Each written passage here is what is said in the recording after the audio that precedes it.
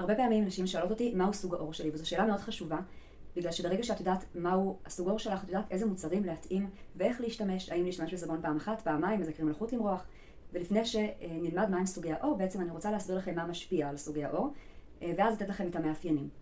אז קודם כל, יכול להיות שבעבר, כשהיית צעירה, אז הסוג העור שלך היה משהו מסוים, ועכשיו שגדלת, את בעלת עור אחר, וזה דבר שקורה והוא הגיוני, אז הסוג עור הוא דבר שמשתנה, הוא לא תמיד נשאר כאותו דבר. ועוד משהו שמשפיע על סוגי עור זה בעצם המזג אוויר, האקלים, האם אנחנו בחורף, בקיץ, זה משפיע בגלל שיש יותר לחות או פחות לחות, ואז אנחנו נראה שהעור שלנו זקוק לדברים אחרים בעונות שונות. מה הם סוגי העור?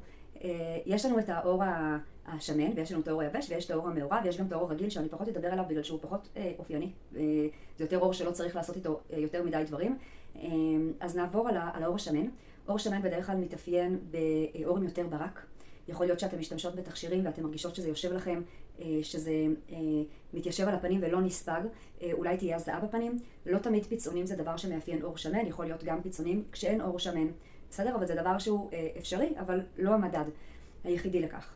אני אלך עכשיו לצד השני, לעור היבש. עור יבש בדרך כלל מאפיין נשים שירגישו אולי מתיחה, אולי קילופי עור או קסקסים על העור. בדרך כלל אחרי מקלחת, העור ירגיש מאוד מתוח וצמא לקבלת לחות.